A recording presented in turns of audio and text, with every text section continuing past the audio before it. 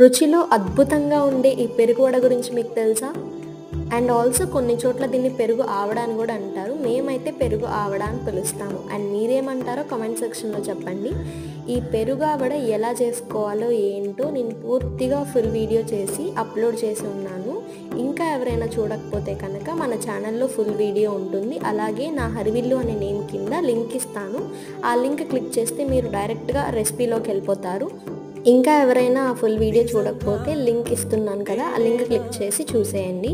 And ఈ పెరుగు వడ ఖచ్చితంగా ట్రై చేయండి. నిజంగా బాగుంటుంది. టేస్ట్ కమ్మగా ఉంటుంది అన్నమాట. పెరుగుతో చేస్తారు. మా ఆంధ్ర సైడ్ అయితే ఎక్కువగా చేస్తారు. మరి మీ సైడ్ కూడా ఇవి చేస్తారో లేదో చూసి చెప్పండి. అండ్ ట్రై చేసి కూడా కమెంట్ సెక్షన్లో కమెంట్ చేసేయండి. అండ్ మీరు కనుక మా వీడియోని మొదటిసారి చూస్తున్నట్లయితే ప్లీజ్ సబ్స్క్రైబ్ చేసుకోండి. అండ్ వీడియో నచ్చితే లైక్ చేయండి. Thank you for watching. Bye. Until the next video.